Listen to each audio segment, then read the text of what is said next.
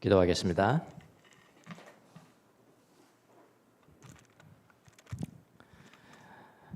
주님, 오늘도 주님께 믿음으로 나왔사오니 우리에게 복을 내려 주옵소서.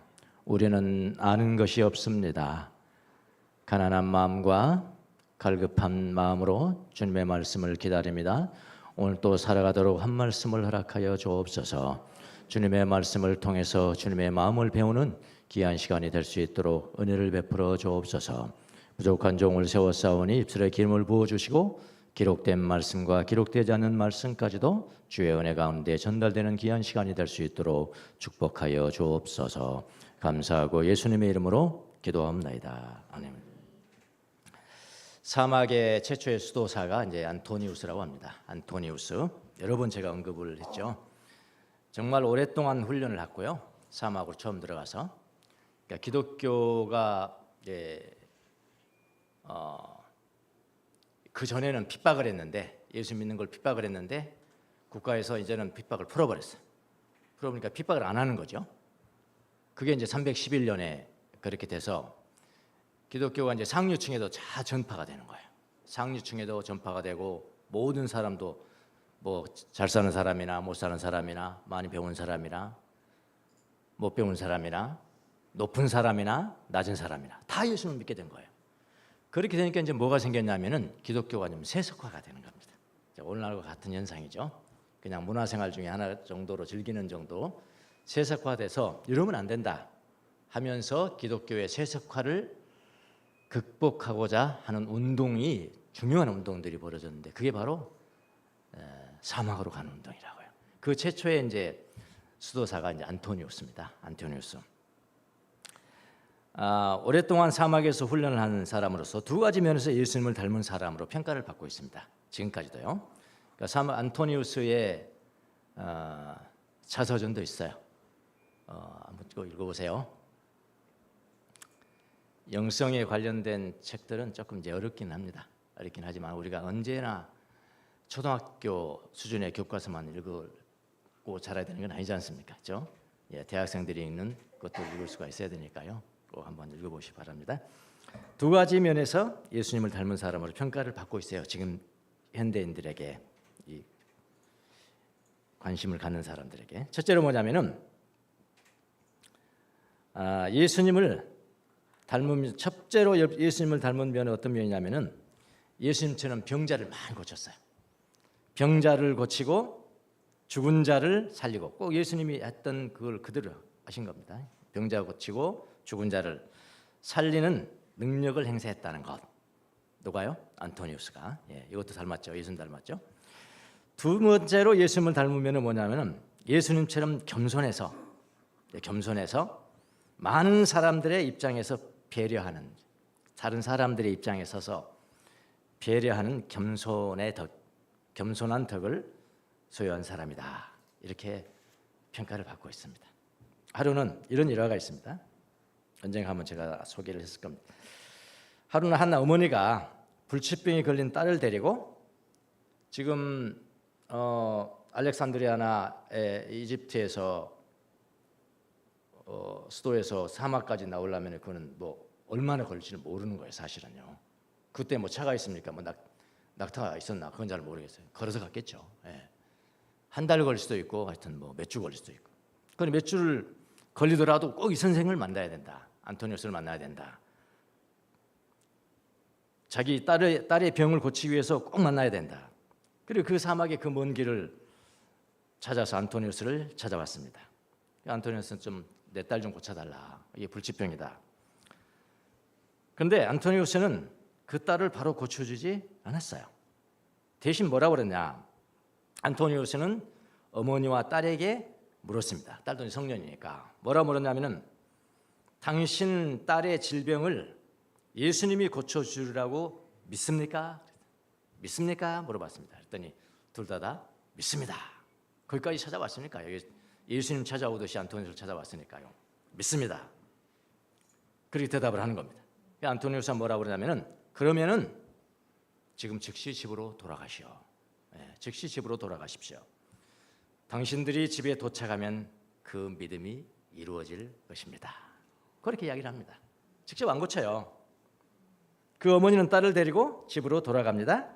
집에 도착하자마자 그의 딸의 불치병이 나았습니다. 뭐 그 정도 능력은 있겠죠. 안토니우스가 알고 다 이야기한 거죠. 그들은 즉시 안토니우스에게 감사하는 마음을 가졌고요. 그리고 주님이 그들의 믿음을 보시고 고쳐주심을 주님 앞에 찬양을 하는 겁니다. 주님 감사해요, 감사해요, 찬양합니다. 만약에 안토니우스가 사막에서 그때 고쳐주었더라면 안토니우스는 스타가 됐겠죠. 또 하나 스타가 됐겠죠. 스타가 되고 사막까지 찾아간 그들의 행위가 사막까지 이렇게 찾아가서 병 고쳤대. 그들의 행위가 드러났을 거예요. 그러나 안토니우스는 그들을 배려해서 돌려보낸 겁니다. 그들을 배려해서 돌려보낸 거예요. 그 결과 그들의 믿음이 드러났고요. 그의 믿음이 드러났고 그 믿음의 대상인 예수님이 영광을 받으신 겁니다. 이게 실제 자서전에 나온 그런 에피소드입니다. 그래서 안토니우스의 배려심과 겸손을 읽을 수가 있는 그런 에피소드다. 해서 소개를 여러분께 드렸습니다. 현대 뭐 지금도 마찬가지입니다만은 많은 이단들이 있잖아요. 최근에 여러분도 많이 보셨잖아요. 뭐 어떻게 저런 이단에 빠질 수가 있을까? 할 정도로 이상한 이단도 있죠. 이단들의 우두머리 괴수치고요. 이적을 행하지 않는 사람이 없다는 거 여러분 아십니까? 이단의 괴수가 이적도 행하지 않는데 사람들이 그게 따른다? 그건 불가능합니다. 불가능해요.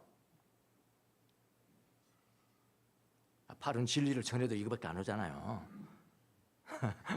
근데 제가 이적을 하면 달라져 버려요.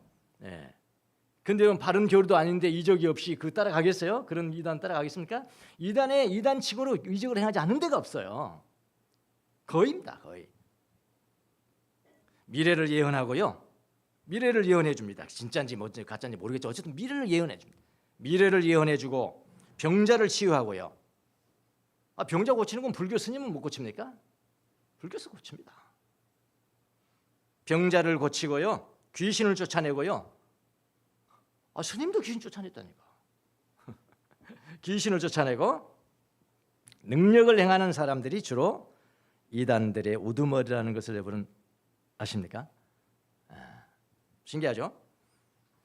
그들은 예수님의 이적을 흉내내거나 거짓이 아니더라도 그런 이적을 행하는 사람들이 있습니다. 진짜로 행하는 사람들이 있어요. 그러나 세월이 흐르면서요. 세월이 흘러갑니다. 세월이 흐르면서 그 능력을 이단의 특징이 뭐냐면 자기의 능력으로 드러냅니다. 그래 능력 행했는데 이건 내 거야. 내가 메시아야. 나는 신비로운 사람이야. 당신들이 범접할 수 없는 사람이야. 내가. 감히 접근하지도 못하는데 그렇게 달려들어. 이렇게 그 능력을 자기들의 영광을 위해서 사용을 해버립니다. 이게 이단의 괴수죠. 그래서 마지막에는 다 이단이 되든지 아니면 이단이 아니더라도 타락해서 잘못된 길을 걸어갔습니다. 여러분 화려한 능력과 이적을 행하는 사람치고 예수님의 겸손을 배운 사람은 아주 드뭅니다. 이적도 행하는데 겸손까지 배웠어. 아주 드뭅니다. 다 자기 영광을 위해서 사용해버리고 말아요. 마지막에는. 자, 오늘 본문을 보면은 예수님이 12년 동안 혈류병으로 고생한 한 여인을 고치는 장면이 나오죠. 12년 동안이라고 그랬습니다. 다른 성경을 보면요.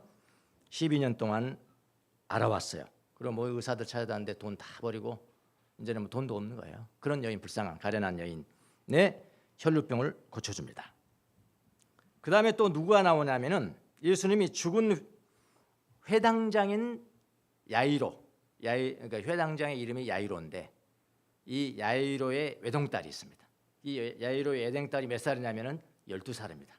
공교롭게 12년 동안 아팠고 12년 동안 지금 살았고 이 10이란 단어는 상당히 마태에게는 상적인 마태뿐만 아니라 모든 유대인들에게 상적인 숫자예요. 12사도 한 사도가 배신하고 가버렸으니까 그래도 12명이 있어야 돼. 굳이 한 명 또 잡아놓죠. 아무 일도 안 했는데 하나 됐죠. 12 12살 먹은 애동딸을 살리는 장면이 나와요. 얼굴에 읽었죠. 정확하게 보면 정확하게는 이렇게 돼. 야이로의 딸을 고치러 예수님께서 가는 도중에 혈류병에 걸린 여인을 고치고, 그것도 뭐 직접 고친 거 아니에요. 자기가 어쩌다 잡았는데 그냥 나와서 버린 거예요. 예, 고치고 그러느라고 시간이 지체가 된 겁니다. 시간이 지체되는 바람에 야이로의 딸이 죽었다. 여기서는 그게 안 나오는데 누가복음 보면 그때까지는 아직 안 죽은 거예요. 그런데 거기서 시간이 지체돼 버리니까 야 죽었다, 예수님 더 이상 부르지 마라, 이렇게 된 거라고요. 예. 근데 야이로의 딸이 죽었고, 그럼에도 불구하고 예수님께서 그 딸의 아버지인 야이로에게 두려워하지 말고 믿기만 하라 하셨어요. 믿음을 강조했거든요. 믿기만 하라, 너희 딸이 살 것이다, 이렇게 이야기해 줍니다. 결국 그 딸도 살려내는 장면이죠. 예, 그래서 이 두 사건은 별도로 보지 않고 이 시리즈 사건을 이렇게 볼 수가 있는 거죠.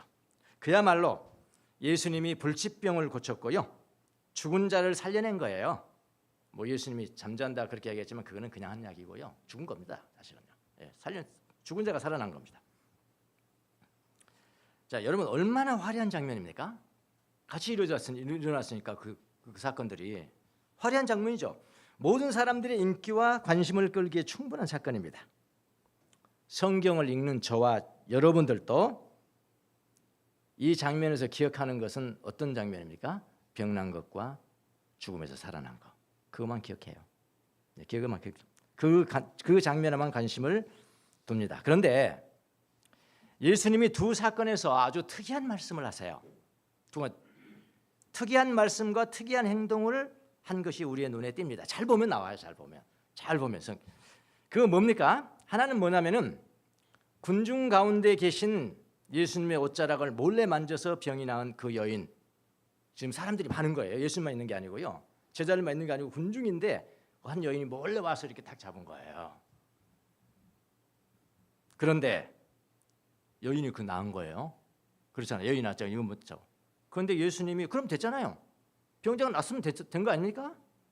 그런데 예수님이 뭐라고 그러냐면은 굳이 군중 가운데서 나의 옷을 만진 사람을 찾아내십니다. 그렇죠?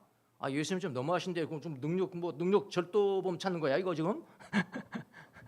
능력 절도범 찾는 거야? 그냥 옷 만져서 나섰으면 됐지, 그냥 가시면 되지. 그걸 좀 창피하게 여인이 분명히 누가 나를 만졌다. 누구냐? 처음에는 저는 막 이게 나무라는 줄 알았어요. 사실은요. 이게 나무란 거야 이거. 응? 능력 절도한 사람 나와라 말이야, 이렇게 한 거야. 그렇게 하시잖아요. 그리고 굳이 찾아내세요. 그리고 두려웠다고 그랬거든요. 두려웠던 그 여인에게 뭐라고 말씀해 주시냐면은 내 믿음이 너를 구원했다, 평안히 가라, 이렇게 말씀해 주시거든요. 그렇게 선언해 주십니다. 그냥 병에서 나았으면 되는 것이지 굳이 찾아내서 그런 말씀을 한 장면이 좀 특이하지 않습니까? 처음에 성경 볼 때는 특이한 것도 몰랐어요. 그건 가로 안의 삶이니까 그건 있어도 되고 없어도 되는 거예요. 예수님 고치면 그만이잖아요. 끝이잖아요. 그런데 그건 가로 안의 삶처럼 저는 생각했거든요. 좀 특이합니다. 두 번째도 마찬가지입니다. 두 번째, 야이로의 딸이 이미 죽었습니다. 그런데 예수님이 뭐라고 하면 찬다고 말씀하세요. 예수님의 단어는 찬다. 그러니까 예수님은 차는 거나 죽은 거나 마찬가지죠, 사실은요. 그런데 그 사람들을 향해서는 찬다고 기억해라, 그런 얘기잖아요.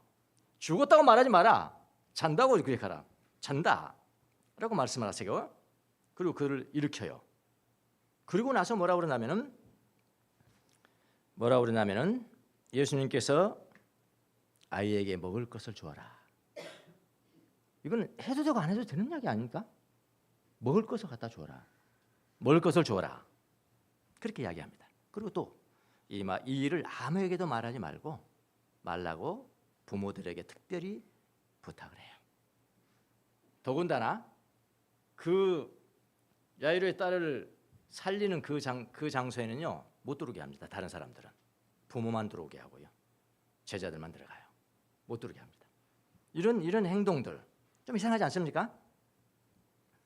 이런 예수님의 행동과 말, 우리 예상과는 조금 벗어나잖아요.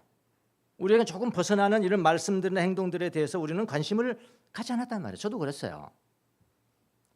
그러나 여러분, 우리는 이런 괄호 안에, 저는 괄호 안의 삶이라고 이야기합니다만은 괄호 안의 일에 대해서 잘 묵상을 하셔야 돼요. 성경이 남아대로 하는 게 아니지 않습니까? 지금 다 이유가 있겠죠. 이런 사람들을 잘 묵상하셔야 돼. 근데 우리는 어떤 삶만을 동경하냐? 예수님 병자 고치면 나도 그 은사 주세요. 나도 죽은 자를 살려주는 은사 주세요. 그럼 그냥 뭐 1년 만에 그냥 대형 교회 돼버릴 건데 그것만 본받으려고 한다. 그렇잖아요. 근데 이런 가로안의 삶에 대해서는 우리는 등한시해요. 그런데 이런 가로 안의 삶에 대해서 잘 묵상을 하셔야 합니다. 예수님의 능력으로 이미 혈루병이 치유가 된 거예요. 그 후에 예수님이 굳이 그 여인을 군중에서 찾아내십니다. 예수님이 군중에서 찾아내시는 행위 등은 이런 것들은 괄호 안의 일이라고요. 뭐 나으면 됐지. 예수님 고치셨잖아. 여인은 나았잖아요. 12년 동안이나 아팠는데.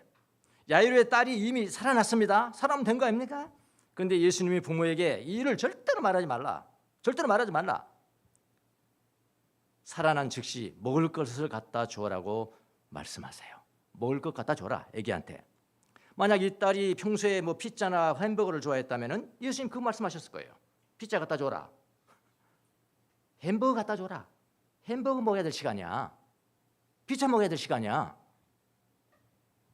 바로 이런 말씀들, 이런 행위들은 이 사건에서, 오늘 두 사건에서 그냥 괄호 안의 일들입니다. 있어도 되고 없어도 돼요.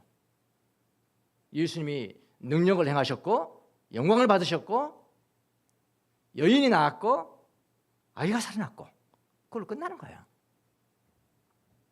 그런데 여러분, 우리가 진짜 예수님의 성품을 닮아가려면은 이런 괄호 안의 삶을 잘 배우셔야 돼요. 잘 배우셔야 돼요.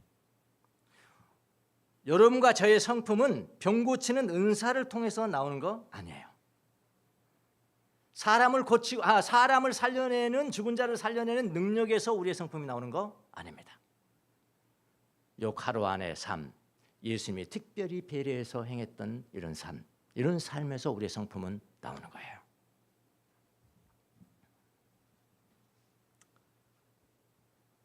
이 괄호 안의 삶에서 예수님의 배려와 사랑을 우리가 배우기 때문에 그런 겁니다. 자, 그러면 먼저 우리가 오늘의 괄호 안의 삶을 통해서 배울 수 있는 것들이 무엇인가를 살펴보도록 할게요. 예수님의 세밀한 사랑과 배려심입니다. 배려심. 그래서 잘 이해할 수 없는 말씀을 하신다. 여러분 성경 많이 보잖아요. 예수님이 왜 이런 말씀을 하셨을까? 왜 이런 행동을 했을까? 그러면 그거는 100%요. 100% 그 사람을 배려해서 하는 거예요. 그 사람을 생각해서 하는 것이고요. 그 사람을 사랑하는 방법이라고요. 그걸 배우셔야 돼. 그걸 깊이 묵상하고 배우셔야 돼요. 자, 예수님의 세밀한 사랑과 배려심입니다. 예수님은 혈루병자에게 무엇을 가르치는 것일까요? 첫 번째, 혈루병자에게 뭘 가르치려고 그러셨을까? 무슨 배려를 해주셨을까? 이게 뭐냐면요, 미신적인 삶과 믿음의 삶의 차이입니다. 미신적인 삶과 믿음의 삶은 달라요. 20절에 23절을 한번 보십시오. 그런데 12해 동안 혈루증으로 앓는 여자가 뒤에서 예수께로 다가와서 예수님의 옷슬에 손을 대었다. 그 여자는 속으로 내가 그의 옷에 손을 대기만 하여도 나을 텐데 라고 생각했던 것이다. 예수께서 돌아서서 그 여자를 보시고 기운을 내어라, 딸아, 내 믿음이 너를 구원하였다. 내 그 바로 믿음이 구원하였다 하고 말씀하셨다. 바로 그때 그 여자가 나았다. 그러니까 오늘 우리가 읽는 것은 마태복음인데요. 마태복음에는 예수님이 그 여인을 쉽게 찾는 것 같이 기록되어 있어요. 돌아보시니까 이때 딸아 걱정 마라 이렇게 된 걸로 되어 있어요. 이 마태복음에는요. 그런데 똑같은 장면에 마가복음에는 더 자세히 기록되어 있습니다. 마가복음이 더 오래된 겁니다. 마가복음은 더 자세히 기록되어 있습니다. 마가복음 5장 29절에 보면 5장 29절에 보면 이렇게 다습니다. 그런 다음에 그러니까 여인이 예수님의 옷자락을 탁 잡았어요. 그런 다음에 곧 출혈의 근원이 마르니. 여기는 언제만 나온 거예요 지금? 옷자락을 잡는 순간에 나섰어요. 그런데 마태복음은 어떻게 표현됐어요? 내 믿음이 너를 구원했다 하니 즉시로 나았다. 그렇게 됐거든요. 조금 차이가 있죠. 예, 자, 있네. 마가는 그런 다음에 곧 출혈의 근원이 마르니 옷 되자마자 나르니 그러면 그 여자는 몸이 나은 것을 느꼈다. 그때 치료가 된 거예요, 사실은요. 그 30절에 뭐라고 하냐면 예수께서는 곧 자기에게서 능력이 나간 것을 몸으로 느끼시고 예수님 알았어요. 그러니까 능력이 나간 겁니다. 이미 곧 지금 치료가 된 겁니다.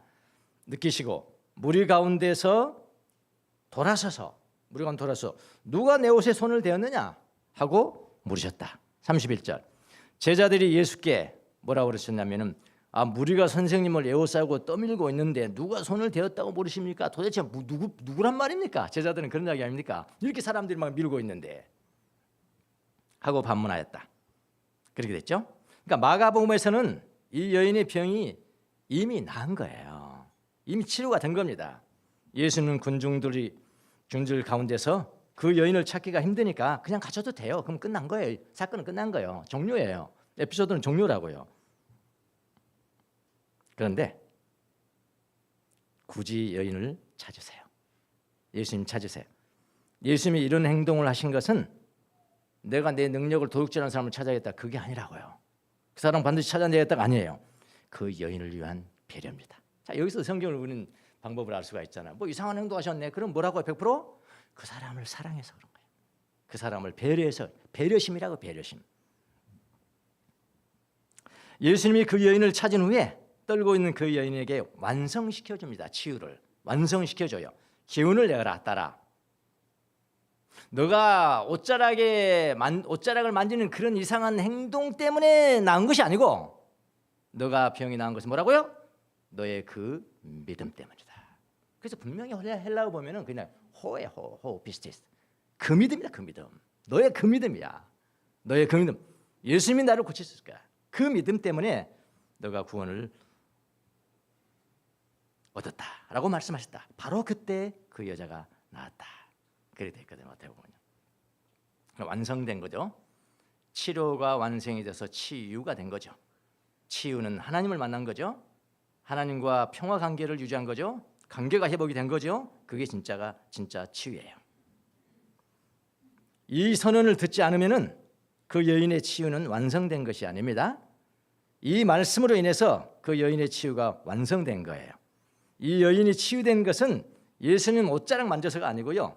그의 그 믿음 때문이라는 것을 예수님이 정확하게 알려주십니다. 안 그러면 곤란해지거든요. 더 보세요. 만약 이것을 가르쳐주지 않았더라면 그 여인은 치료를 받았지만은 완전한 치유는 받지 못했을 거예요. 그럼 어떤 삶을 살아갈까요? 치료는 받았어요. 미신적인 삶을 살았을 거예요. 미신적인 삶, 미신을 믿는 사람들의 삶. 나 옷 만지니까 나았어. 나 옷을 만지니까 나았어. 이렇게 말할 거죠. 그런 삶을 살면 어떻게 되나요? 어떻게 될까요? 옷이 우상되는 거예요. 하나의 일념. 우리가 예수님 아니고 다른 게 우상이 얼마나 많습니까, 여러분 이 세상에. 정통 믿음 있는 사람 가운데도 마찬가지라고요. 예, 옷이 우상이 되는 겁니다. 하나님과는 화해하지 못합니다. 그러나 그의 믿음 때문에 나왔다고 하면은 그 사람의 삶이 뭡니까? 그의 믿음이 특별한 선물이 되는 것이고요. 영광은 누가 받으시는 겁니까? 예수님이 영광을 받으시는 거예요. 그리고 하나님과 평화의 관계로 나아갈 거예요. 미신적인 삶과 믿음의 삶이 이렇게 큰 차이가 나는 것이에요. 그러니 여러분 예수님께서 굳이 돌이켜서 여인을 찾는 이유를 여러분 아시겠죠? 예수님의 배려심입니다. 예수님의 배려심. 그리고 신비하게 예수님의 배려가 이겁니다. 아주 신비하게 옷자락 만져서 나았다고 이렇게 알려지기를 원치 않았어요. 옷자락 만지니까 낫더라고 이렇게 알려지기를 원치 않다고요. 그녀의 그 믿음 때문에 치유되었고 하나님과의 관계가 회복이 되었고 평안하고 용기를 내는 삶을 원하신 거라고요. 누구에게? 그 여인에게. 이 극치죠, 극치. 병고침을 받는 사람을 위한 사랑과 아주 디테일한 배려심의 극치입니다. 이게 배려입니다. 자, 이 여인에게서 이걸 볼 수가 있죠. 이건 여러분 깊이 묵상하지 않으면은 우리가 그 혈류병 12년 혈류병 걸린 여인의 입장에서 우리가 깊이 묵상하고 하나님과 대화하지 않으면은 이런 묵상의 결과가 나오진 않아요. 그럼 내가 배울 게 없는 거예요. 배울 게. 그냥 병 고치는 거, 예수님의 능력, 파워 능력, 하나님 나에게 은사 주세요, 은사, 그 정도만 배우는 거죠. 우리가 진짜로 인간으로서 배울 게 뭡니까? 예수님의 사랑 아닙니까? 예수님의 배려심이잖아요. 그 가로 안의 삶을 잘 우리가 보셔야 된다. 자, 두 번째 야이로이다. 야이로의 에돔 땅을 살리는 이적을 통해서는 예수님이 보이신 배려는 또 무엇일까요? 이거는요, 신비한 존재로 살아가지 마라. 신비한 존재로 살아가는 것과 보통 사람으로 살아가는 것의 차이. 예수님께서 원하시는 건 뭐예요? 보통 사람으로 살아가야 된다. 좋은 리더가 어떤 리더일까요? 여러분, 이단의 괴수 치고 신비하게 그 따르는 사람들에게 신비로운 존재라고 보이지 않는 사람이 없어요, 여러분요. 물어봐요. 저 사람 신이에요, 신이에요. 신이면 신비 아닙니까? 아니요. 근데 예수님이 모든 제자들을 비롯하고 모든 사람들로 하여금 원하시는 것은 뭐냐면은 신비적 존재가 되지 마라. 그럼 어떤 사람 돼야 돼요? 보통 사람이 되라. 어떤 사람? 우리 교회 정착한 사람 중에 그런 사람도 있다고 그래요. 다른 교회 다니다가 이 교회 오니까 목사님하고 식사를 같이 합니다. 진정한 리더는 신비감을 벗어내야 되는 겁니다. 자, 야이로의 땅에서 한번 보시죠. 마태복음 9장 24절에 말씀하시기를 모두 물러가라. 두르지 말라는 겁니다. 모두 물러가거라. 그 소녀는 죽은 것이 아니다. 자고 있다. 이거 하셨다. 예수님이 그렇게 굳이 강조하십니다. 여기 두르지 마. 더 이상 두르지 마. 얘가 지금 죽은 게 아니야. 얘는 잠자는 거야. 그러니까 사람들이 비웃었어요. 그들은 예수를 비웃었다. 그랬거든요. 이런 마태복음에는 이 괄호 안에 말씀이 자세히 나타나지 않습니다. 이럴 때는 역시 마가복음서를 한번 가보겠습니다. 마가복음서 보면 더욱 자세히 나타납니다. 마가복음 5장 40절. 그들은 예수를 비웃었다. 그러나 예수께서는 그들을 다 내보내신 뒤에, 자, 예수님의 행동을 보십시오. 다 내보냈습니다. 아이의 부모와 일행을 데리고, 제자들을 데리고 아이가 있는 곳으로 들어가셨다. 43절에 보니까 예수께서 이 일을 아무에게도 알리지 말라고 그들에게 엄하게 명하시고, 아무 말도 말하면 안 돼 이거. 43절 명하시고 그다음에 뭐라고 그랬냐면요, 소녀에게 먹을 것을 주라고 말씀하셨다. 그랬어요. 여러분, 죽은 사람이 살아났는데 아무도 말하지 말라는 거 난리 났지 않습니까? 저같이 말 좋아하는 사람 아이고 근데 말하지 말라는 거예요. 말하지 마라. 그럼 뭐라고 그랬어요? 죽은 자가 살아났습니다. 여러분, 대중 다 군중 모이세요. 죽은 자가 살아났습니다. 좀 더 나아간다면, 종교적이라면 이걸 예수님이 하셨습니다. 거기까지 나갔을 거예요. 예수님께서 이를 특별히 사랑하셔서 죽은 가운데서 살렸습니다. 또 이 사람이 스타가지고 신비적인 존재가 되는 겁니다. 어린아이가 그런다고요. 그런데 예수님 그렇게 말씀하지 않으시고 뭐라고요? 피자 갖다 줘라. 얘가 좋아하지? 피자를 하지? 피자 줘라. 예수님의 12살 어린아이에 대한 배려는 뭐냐고요? 너는 죽었다가 살아난 사람이다. 신비한 사람이다. 이렇게 사람들에게 알려지기를 원치 않으셨다고요.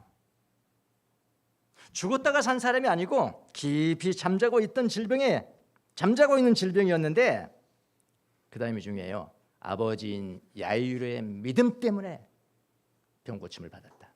믿음 때문에 깨어났다는 것이 중요하다는 것이고요. 특별히 아이가 깨어난 후에 먹을 것을 주라고 하신 말씀에서 예수님의 배려의 극치를 배웁니다. 아이에게 신비로운 인물, 특별한 사람이라고 허영을 먹이지 말고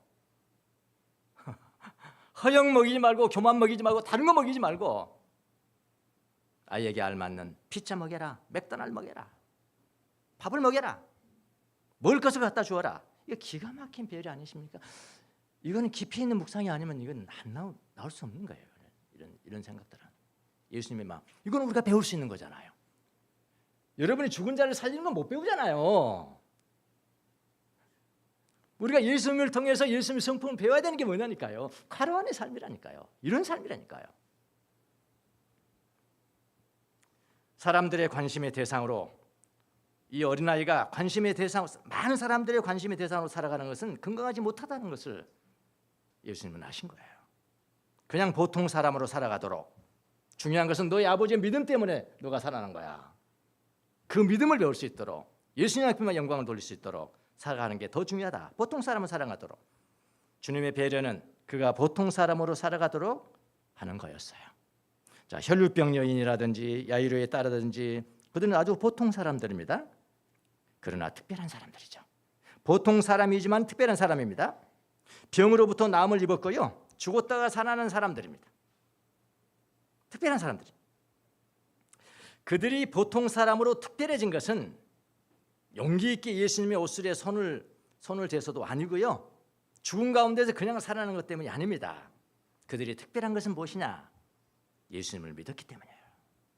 다 믿음 이야기가 두 개 다 나오잖아요. 너의 그 믿음 때문에, 너의 아버지의 믿음 때문에, 아버지 야이로의 그 믿음 때문에 잠에서 깨어났기 때문에 그 사람들이 특별해진 거예요. 마가복음 5장 36절에 보면 이런 말씀이 있습니다. 예수님께서 그 말을 곁에서 들으시고, 이게 무슨 말이냐면은 그 혈류병의 여인을 고치고 난 다음에 시간이 많이 지체된 거예요. 그러니까 거기서 기별이 온 겁니다. 죽었습니다, 딸이. 더 이상 선생님이 괴롭게 하지 마세요. 이걸 예수님이 들으신 거예요. 야이로도 들었겠죠. 야이로가 얼마나 낙심이 되겠어요. 그러니까 예수님이 야이로에게 이야기를 합니다. 뭐라고 그랬냐면은 회당장에게 이르기를 두려워하지 말고 믿기만 하여라. 믿음이 똑같은 믿음이잖아요. 믿기만 하여라 라고 말씀하셨다. 바로 그 믿음 때문에 바로 야이로에 따른 특별한 사람이 된 거잖아요. 믿음입니다. 믿음. 저하고 같이 훈련한 사람도 계십니다만은 저는 그 12주 동안 그거는 리트릿 피정을 하는데 수도원 가서 피정을 하는 것이 아니고 집에서 하는 거예요. 그러니까 일상생활 속에 피정을 하는 거. 그게 이제 코로나 기간 동안에 사람들이 수도원도 못 가고 리트릿도 못 가고 그러니까 이걸 고안한 겁니다. 미국 가톨릭에서. 우리가 일상생활을 하면서 우리가 피정을 할 수 있는 방법이 무엇일까? 그렇게 해서 그 집필한 책이 12주 피정. 일상생활 속에 그리스도 발견하기라는 거예요. 우리 한번 했습니다. 12명이 모여서 한번 했습니다. 훈련하면서 저는 그 이전에 저는 훈련을 했고요. 훈련하면서 마지막에 이제 돌아가면서 이 12주 과정을 통해서 가장 자기에게 남아 있는 게 뭡니까? 를 한 번씩 나누겠습니다. 그런 시간이 있어요. 제 차례가 왔습니다. 제 차례인데 제가 이렇게 단 한마디만 말씀했습니다. 저는 12주의 피정을 하면서 저는 진짜 성실을 했습니다. 성실하게. 성실하게. 성실이 중요합니다. 훈련. 성실하게. 했는데 주님께서 마지막에 딱 제 뇌리에 남겨주신 것이 있었습니다. 그게 뭐냐? 예수님의 배려심을 저는 배웠습니다. 예수님의 배려심은 큰 것도 아니고 화려한 것도 아니고 디테일하고 작은 배려심들. 그것은 저는 배웠습니다. 그게 생각이 나더라고요. 실제로 그랬거든요. 가장 큰 저한테는 변화였습니다. 그때 제가 일기를 쓴 게 이게 어떤 부분이었냐면 예수님의 배려에 대한 일기를 제가 이렇게 썼는데 마가복음 7장에 있는 말씀입니다. 기먹고 말을 못해요. 기도 먹고 말을 못하는 사람을 고쳐요. 예수님이 사람들이 기먹고 말 더듬이를 예수님께 데려왔습니다. 사람들이 예수님께서 그를 군중으로부터 따로 떼요. 군중에 세워야죠. 저 같으면 세우겠어요. 이런 능력 있으면 당장 고쳐서 내가 스타 돼야 되잖아요. 우와, 저 사람 대단하다. 근데 예수님 그렇게 하지 않으셨어요. 완전히 군중을 절단시킵니다. 따로 데리고 가요. 따로 데리고 갔다. 군중으로부터 따로 데리고 갔다. 이것도 과로안의 삶이잖아요. 그냥 고쳐버리면 된 거잖아요. 근데 성경이 나와 있어. 그게 군중으로 따로 데려갔다. 그리고요 손가락을 2개에 넣으셨다. 그래서 제가 해봤어요. 손가락 이렇게 넣으셨구나. 이렇게 넣으셨다. 그리고 그의 혀에 손을 대셨다. 이렇게 했겠죠. 손도 같이 대셨겠다. 기도하시고 에바다 하셨다. 그 장면 여러분 기억하시잖아요. 그랬더니 그 즉시로 그의 귀가 열리고 혀가 풀렸다. 왜 이렇게 하셨을까? 뭐 이게 뭐 신기한 겁니까 이게? 이건 가로안의 삶이죠. 가로안의 모습이라고요. 뭐 하나님 아버지가 뭐 야 요 처방법은 말이야 요 귀에다 대고 요걸 여기 해다 해가지고 에베다 해라 그런 처방법이 따로 있습니까? 그건 없잖아요. 그건 예수님이 그렇게 하신 거예요. 왜 그랬을까? 그럴 때는 뭐라고요? 배려심 때문이다. 누구를 배려해? 그 가련한 남자를 배려하기 때문이라는 거예요. 제가 이렇게 썼어요. 예수님은 그의 모든 처지를 그 말도 못하고 기도 먹은 그 사람의 처지를 배려하셨다. 그로 하여금 놀라지 않게 배려하신다. 군중들이 보는 앞에서 그를 고치지 않으셨다. 그의 처지를 배려하신 것이다. 군중으로부터 따로 데리고 나갈 때 성경에 보면 주님이 손을 잡고 나가셨다. 그게 나와요. 손을 잡고 나가셨다. 친근하게 그를 만지면서 스킨십을 사용하신 것이다. 예수님 잡았으니까요. 그리고 기적을 행하셨다. 주님이 행하시는 모든 일은 훌륭했다. 덕이라는 것은 덕목들은 우리의 행동을 이끄는 마음의 태도들이다. 마음의 태도에서 덕이 나온다. 예수님의 덕은 큰 것도 있지만 작은 것들로부터 시작한다. 환자를 배려하여 다루는 친절함을 통해 주님의 덕을 알 수 있다. 주님의 마음의 태도로부터 나오는 것이다. 특별한 사람에게만 그렇게 대우하시는 것이 아니다. 기먹고 말더듬는 사람을 대하는데도 그분의 처지를 세밀하게 배려하신다. 일상적인 사건과 관련하여 예수님의 마음의 습성은 그분의 행동으로 이어진다. 이것이 덕이다. 나는 예수님을 본받고 있는가?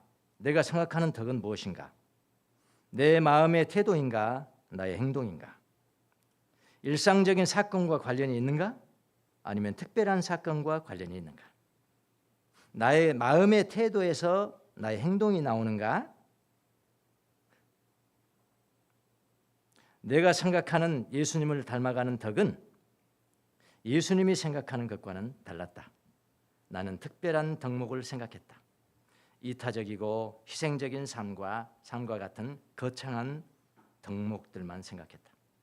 그러나 나의 마음의 태도로부터 덕은 시작된다는 것을 깨달았다. 나의 덕에 대한 견해와 예수님이 생각하는 덕목 사이의 갭이 컸다. 나의 덕은 일상적인 사건과 관련이 있어야 한다. 마음의 태도로부터 나와야 한다. 대단히 중요한 겁니다. 일상적인 삶, 마음의 태도. 마음의 태도로부터 나오는 행동이어야 한다. 나와 가까운 사람을 대하는 태도, 어린아이들을 대하는 태도, 일상생활 속에서 만나는 사건들과 관련이 있어야 한다. 일상적인 사건 대단히 중요하거든요. 가까운 사람 중요합니다. 자기 아내를 제외한 모든 여자에게 친절하면 안 돼요. 그거는 마음에서 나오는 덕이 아니에요. 그냥 행동이죠. 특별한 사건의 행동이죠. 다 가짜예요. 다 가짜. 내가 얼마나 많이 회개했는지 몰라요.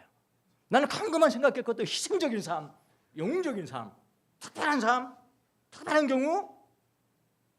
근데 예수님이 너무 세밀하시고 너무나 일상적이고 보통적인 삶. 우리가 보통 일상적인 삶에서 주님을 드러내지 못하면은 큰데도 안 돼요. 안 돼요. 왜냐하면 그거는 마음에서 우러나온 게 아니거든요. 진짜 마음에서 우러나는 예수님의 덕은 일상적인 삶에서 나오는 거라고요. 그렇게 배려심을. 그래서 여러분 그 묵상하는 법을 우리가 훈련을 많이 했습니다. 지금 나는 안 할 거요 하는 사람은 하나도 안 했어요. 이게 무슨 말인지 알겠습니까? 나는 안 할 거야. 나는 다 알아. 하면 은혜는 피해가는 겁니다. 너 아냐? 그래 알아라. 막 말아라. 아니 나는 모른다고 말해야 돼요. 가난해야 돼요. 그래야 주님의 은혜가 머무르거든요.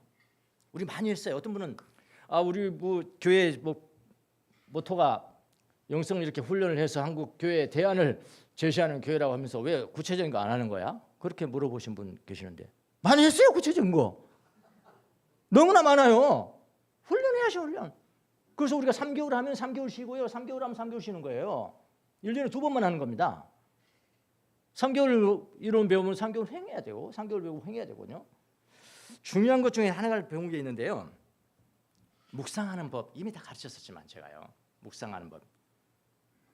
그러니까 영적인 어린아이냐 성장하냐 이 가르는 것이 기도로 보면 가려요. 기도. 통성 기도만 한 사람은 어린아이예요. 지금 쉽게 한마디로 말하면은. 그다음에 좀 성장한 사람이 묵상을 하는 거예요. 묵상 기도를. 그다음에 묵상이 더 들어가면 그다음에 침묵 기도를 하는 거라고요. 이렇게 되는 거라고요. 묵상하는 법이 이제 두 가지 방법이 있습니다. 두 가지. 첫 번째는 뭐냐면은 이미지를 사용해요. 이미지를. 유념적 여기 나왔네요.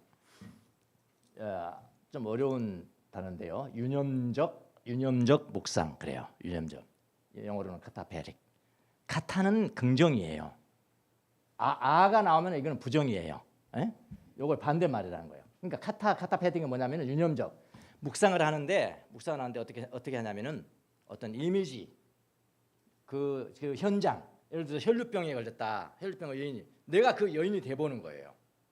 그럼 지금 이미지를 사용하는 거잖아요. 요거 옷자락을 만지면 나 가야지. 내가 10년 동안 나 못 고쳤는데 저 용한 사람이 왔다 하는데 내가 그 옷자락이라도 만져야 돼. 내가 여인으로서 저렇게 많은 군중 속에 들어갈 수는 없고 내가 어떤 손을 내밀어서 옷자락도 만들어야지. 다 이미지가 되잖아요. 이미지 된상이잖아요. 그리고 대화하고요. 이미지를 사용한 묵상. 주로 이제 복음서 묵상은 이걸로 하는 겁니다. 이게 바로 이냐시오적 묵상이라고 이야기를 해요. 그 다음에 좀 더 가면은 이게 무념적인, 여기 유념적이고 무념적, 아포페틱. 이거는 이미지 자체를 사용하지 않아요.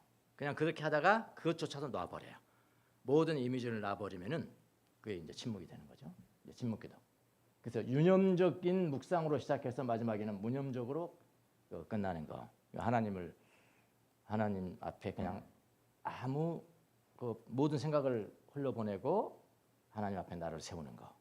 그러니까 비지오 디비나도 이걸로 끝나야 되고요. 오디오 디비나도 이걸로 끝나야 되는 거. 렉시오 디비나도 다 이걸로 끝나는 거예요. 예, 무념적 침묵기도. 이게 가장 이상적입니다.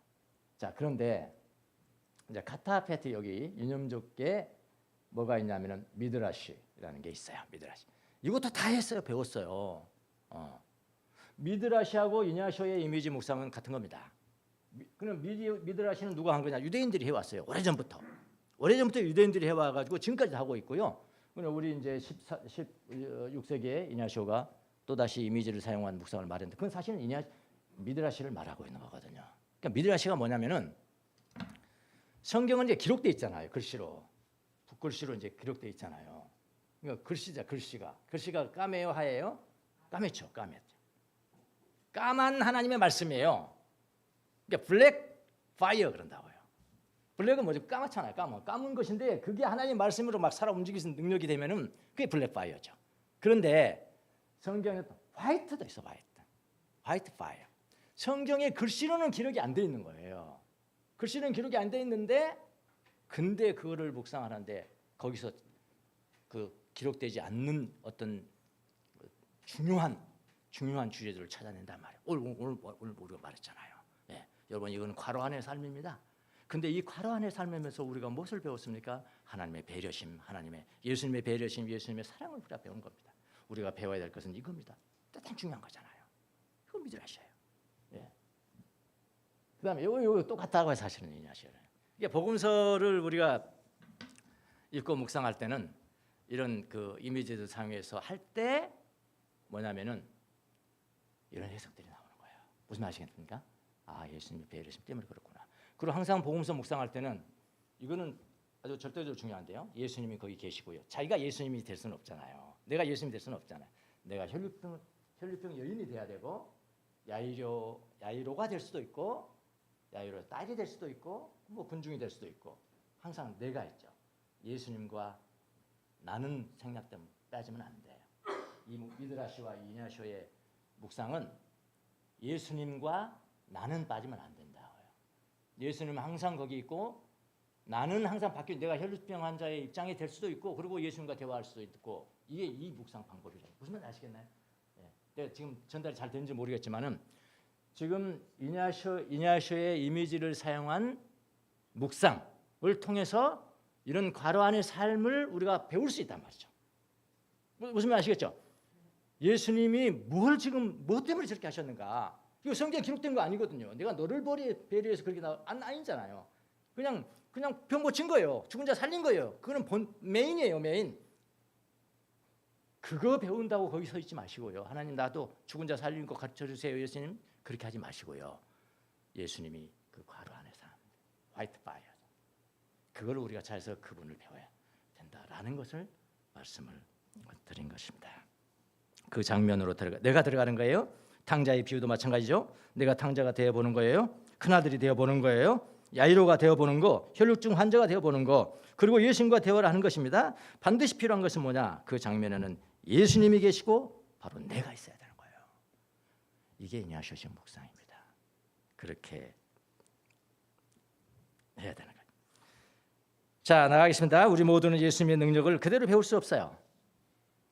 여러분, 누가 다 병 고치는 사람이겠습니까? 누가 다 죽은 자를 살리는 사람이겠습니까? 그건 하나님이 하시는 거예요. 내가 어떻게 배웁니까? 그대로 배울 수 없어요.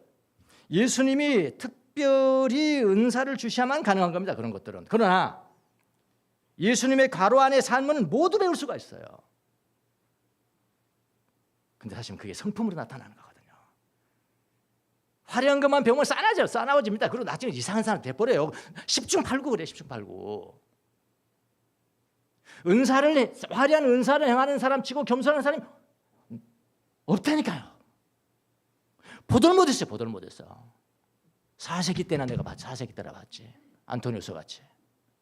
현대에서 내가 보들못했어. 왜 그래요? 과로안의 삶을 배우지 못했기 때문에 그런 거라고요. 그럼 우리가 배워야 될 건 뭐냐고요? 메인이 아니고요. 과로안의 삶이라고요. 그래 이런 묵상의 방법을 제가 소개하는 것입니다.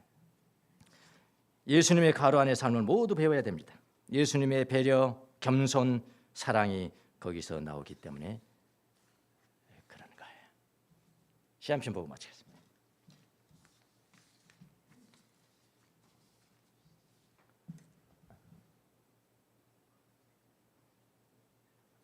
감상해 보세요.